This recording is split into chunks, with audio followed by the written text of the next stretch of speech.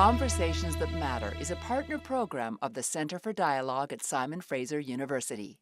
The production of this program is made possible thanks to the support of the following and viewers like you.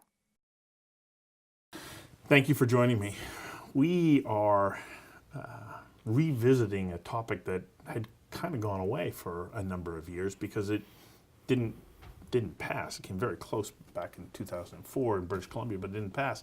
And that's electoral reform. What exactly is it? And is it something that we really even need to be discussing here in Canada, aside from the fact that the current Prime Minister had made it a political promise?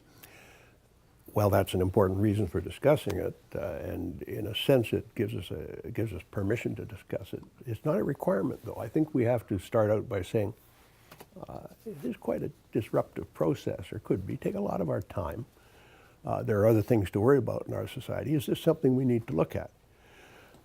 Because after all, our current systems work pretty well for a long time. It has. It's been around for quite some time. On the other hand, it has problems. Problems of representation. If I'm in the Maritimes now, if I'm a Conservative or a New Democrat, I have nobody to represent me. As in Alberta for a long time, a Liberal or New Democrat had nobody to represent them. So that's a problem. If I'm, let's say, in my particular riding in British Columbia, the member happens to be a Liberal, but again, if I'm a New Democrat, I don't really, in a lot of cases, feel I have a voice. So this is a problem. Also, a characteristic of our present system is that it is very adversarial, very confrontational. You win by destroying the other guy. And increasingly. Increasingly so.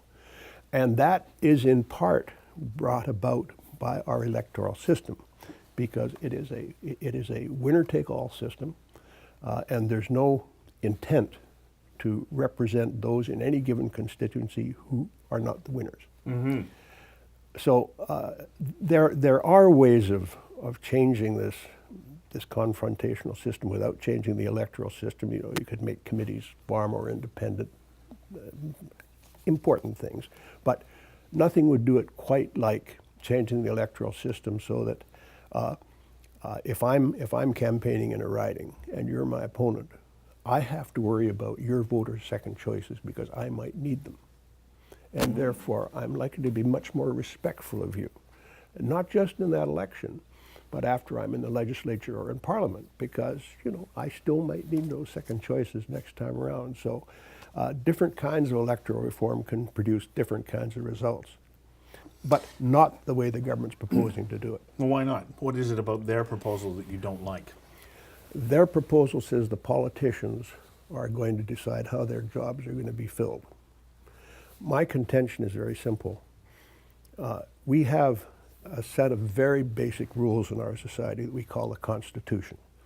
There's the formal written Constitution, there's the Charter of Rights, there's the unwritten Constitution, the notion of confidence. You have to have the confidence of the House of Commons and so on. The electoral system is a part of that unwritten Constitution. And it's a very special part because it's a part that of all of the parts, politicians have such a deep conflict of interest that they should not be amending it. There's pretty well universal recognition of this when it comes down to finally making the decision. British Columbia, Ontario, Prince Edward Island, New Zealand, all said, no, the politician should not decide this, an independent body should look at it. And we in British Columbia have what I would call a world distinction of having designed the finest way yet of looking at it with our Citizens' Assembly. And they labored for a year on weekends, and they worked very hard, 160 people. And in the end, they overwhelmingly agreed, 147 out of 160, if I recall, that yes, there should be a new system, and this is what it should be. And because that assembly was empowered with the ability to put their conclusion to a referendum, that's the other point, there must be a referendum. If something belongs to the people must have a referendum. You don't decide most things by referendum. You don't decide. The transit referendum was a classic case in point. That's the wrong kind of thing to decide. For a referendum. For a referendum, complicated financial trade-offs. You don't do it that way. But a constitution, you do. You do. Why? Why is it important when it comes to constitutional amendment that it go to referendum? Because the rules are so basic. Like, would you, we don't make it easy to amend our written constitution. We say it has to be 7 out of 10 provinces with 50% or more of the population in some cases unanimity. Charter of Rights and Freedoms, yes, you can override it, but it's very, very difficult to do. All of these fundamental things, of which the electoral system is one, should be very hard to change. And when something is as directly relevant to me as a voter as the electoral system, I should have a personal voice in it. That's my opinion. And I think that most Canadians would agree with that. That's what the surveys show. I just got to get you to hang on for a second here while we take a quick commercial break. Conversations That Matter is a not-for-profit program made possible thanks to the charitable support of the following and from viewers like you. Please visit conversationsthatmatter.tv and help us to continue to produce this program. Yet I talked to somebody who goes, well, if it's not the politicians who are who would design this, they're the ones who live with it the most. It's their life. They understand how it works.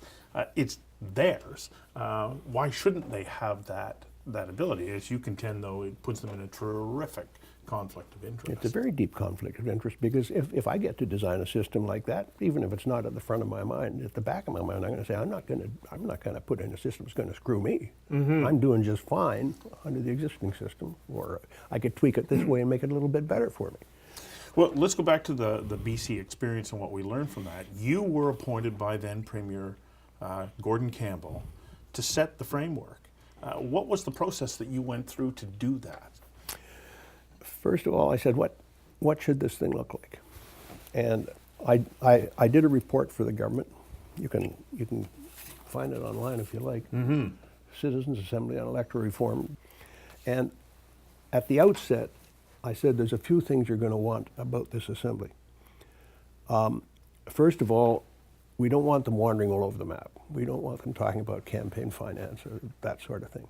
We just want the single problem: how do you translate votes into seats?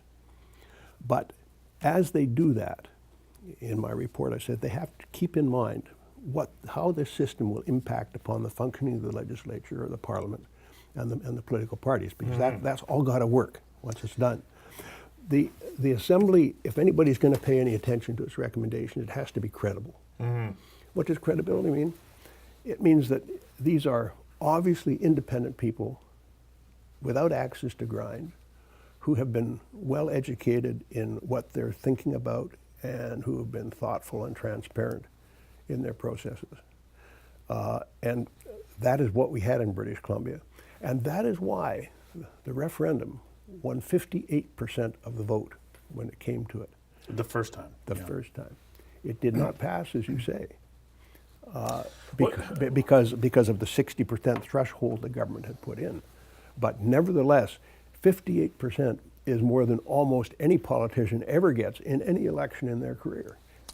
Could not the Premier have moved forward with the results of that vote, considering that I think 77 of 79 ridings had an outright majority, and it was just 2.2% shy of the 60% threshold province-wide. But he didn't do that. Well, first of all, let me give Mr. Campbell some credit here. He did say, okay, this looked like a pretty good idea. Maybe we should have another referendum on it with people having a little bit more information. So we did call a second referendum. Right, which did not do as well because people weren't as interested in electoral reform at that point. Why did he not just ignore the 60% threshold? I wasn't sitting in caucus, but my understanding is that caucus made it pretty well cast written in blood that this has got to get 60% or it's not going to happen, because a lot of the caucus members, I'm told, were not very much in favor of this. It's natural.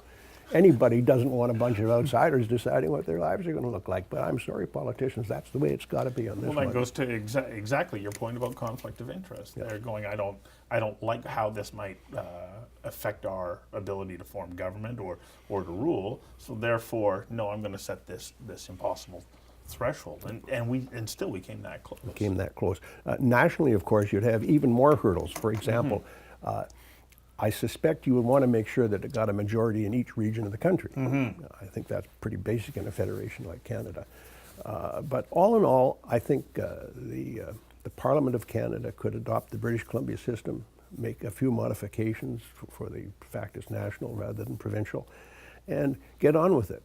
And I think the government is wrong to say we want this done by the next election, because there's not time to do it properly by the next election.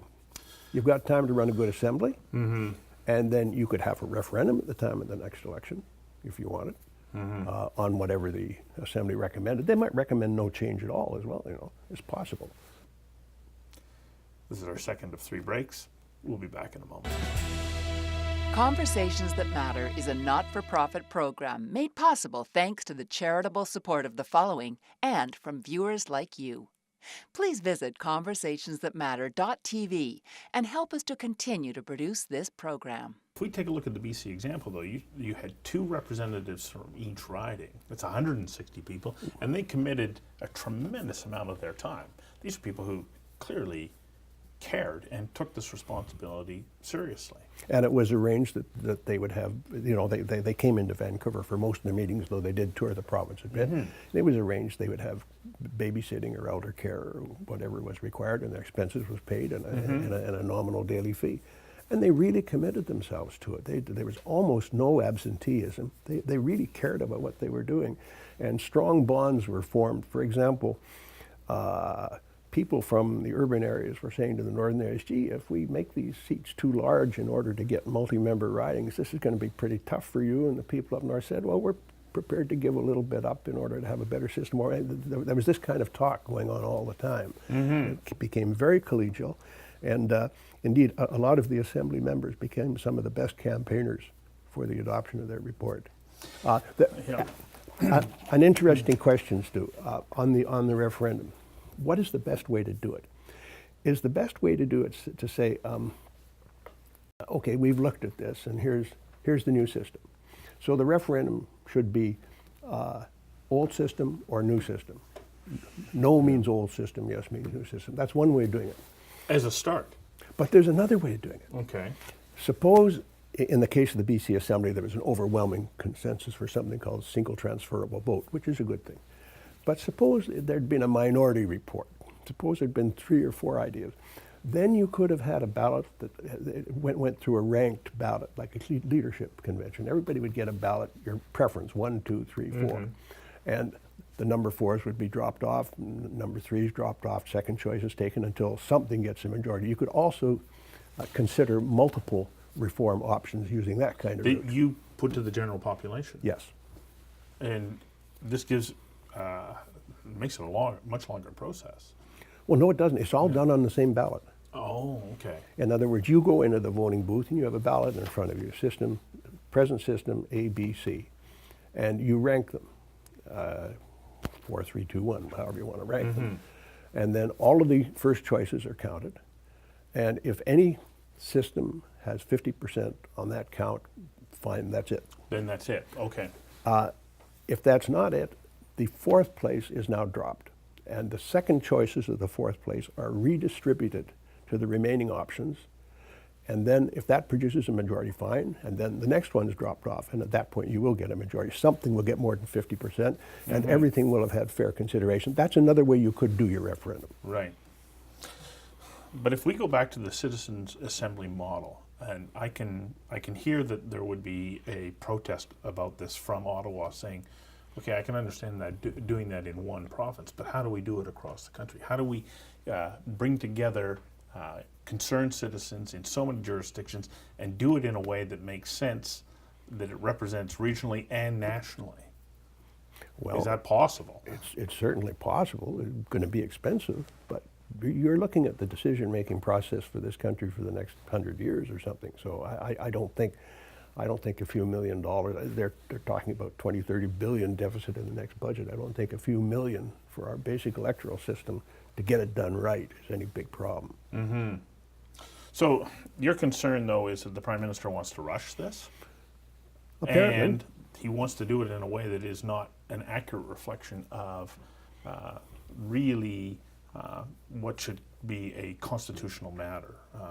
Like the system that he wants to pull this together is saying, well, we're going to change the Constitution in essence, without going to the people. That's correct. I mean, I applaud him for wanting to look at the issue, but I say we can't do it your way. A committee of parliament, which of course the Prime Minister nominates, let's get real about this, a committee of parliament is not the right way to make this decision. It has to be an independent group of citizens who make a recommendation that then goes to a citizen vote. Mm-hmm. What happens if he does start to push it? What recourse do we as the electorate have to say, no, you can't go this way, you've got to stop? Is there any mechanism in place that could prevent us from doing that? I guess you could write a letter to the editor. You know, there's nothing much you can do to the next election. Yeah. And quite honestly, I doubt that many people would be excited enough about this to make that their ballot question on the next election. So, in fact, no, there isn't a whole lot you can do about it, except to hope that the politicians we now have in place are open-minded, decent people. Because there's no question what's the right way to go here. Makes it pretty cut and dry, doesn't it? How do you go about finding the right person or group to manage this process? Based on the experience of putting together the framework for the Citizens Assembly here, what was the structure that you pulled the people together that represented different ridings and the province as a whole?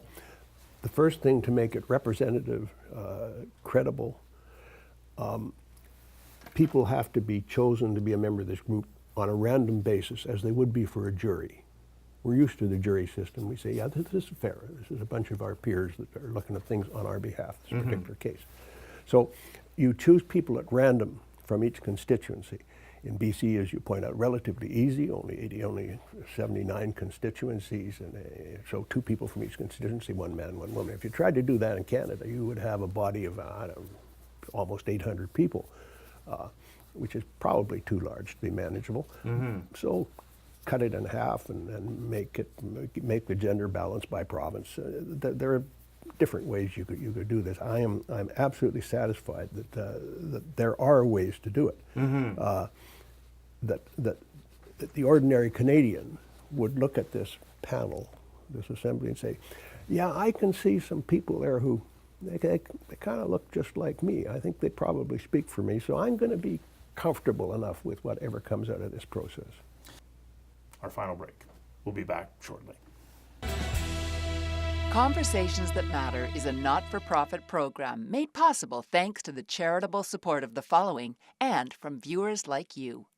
Please visit conversationsthatmatter.tv and help us to continue to produce this program. Now, when you say pick them at random, how then do you get gender parity and also a representation of the variety of cultures that make up the landscape of Canada? First of all, I came to the conclusion, at least when I did my report, it's got to be on a volunteer basis. The jury system, the state reaches out and says, you're going to come. Yeah. I thought, well, you know, here's a job that's going to take people a year of weekends. And if they're not there, gladly and with interest, that won't be good. So the first thing you do is you send a letter to everybody in the constituency and say, would you be interested in sitting on this panel? So let's say 10%, 20% say yes. Now you put all those names into 2 hats. One hat has female names in it, the other one has male names in it. And you pull a number of those names out and invite those randomly chosen people to a meeting, and at the meeting you say, okay, here's the deal. Here's what it's going to look like. Here's the things you're going to be discussing. Here's the amount of your personal time it's going to take. Who's still up for this? And so you have a few people left in each hat, and then you just close your eyes and reach into the hat and pull out a name. And so then you have a pretty good random process of people who are a lot like you or me or the hundreds of different sorts of people that make up British Columbia. And then, when they come together, you've now got your group that have agreed to be there. How do you moderate or lead that group so that you are starting to generate meaningful dialogue and come up with concepts and ideas? How do you pick the person or group that's going to do that? Very good question. The chair is really, really important. Nationally, you probably have 2 chairs because that's the National Convention. In British Columbia, we had 1 chair, Jack Blaney, former president of Simon Fraser University. Absolutely superb person. Neutral, Jack's a good friend of mine. I do not to this moment know which electoral system he preferred. He never revealed it. He never revealed long after the thing is over. He'd be studiously neutral, and everybody knew that, and he was a very good chairman and made sure everybody talked. And then there was a director of research and a research team headed up by Ken Carty, a very well-known professor at University of British Columbia, very knowledgeable and it can explain all these electoral systems in good terms. And there was a lot of work groups and facilitators, and people sat around and talked about this and that, and then came back together in the main session, and it worked well. But it required that kind of integrity from the leader. Absolutely. And authority and respect for authority from the group to view him as being the appropriate person to be guiding this discussion. Yeah, the chair, I won't call that person the leader because they're not trying to go in any particular direction, but the chair is hugely important. And then there were, in our assembly, there were three aspects. There was, first of all, the educational, which took about a third. Then there was the public input. They developed a series of questions about electoral reform and asked people to come to meetings and comment that, or by email, or however they wanted. And then finally, the deliberative phase. Each of those phases roughly equal.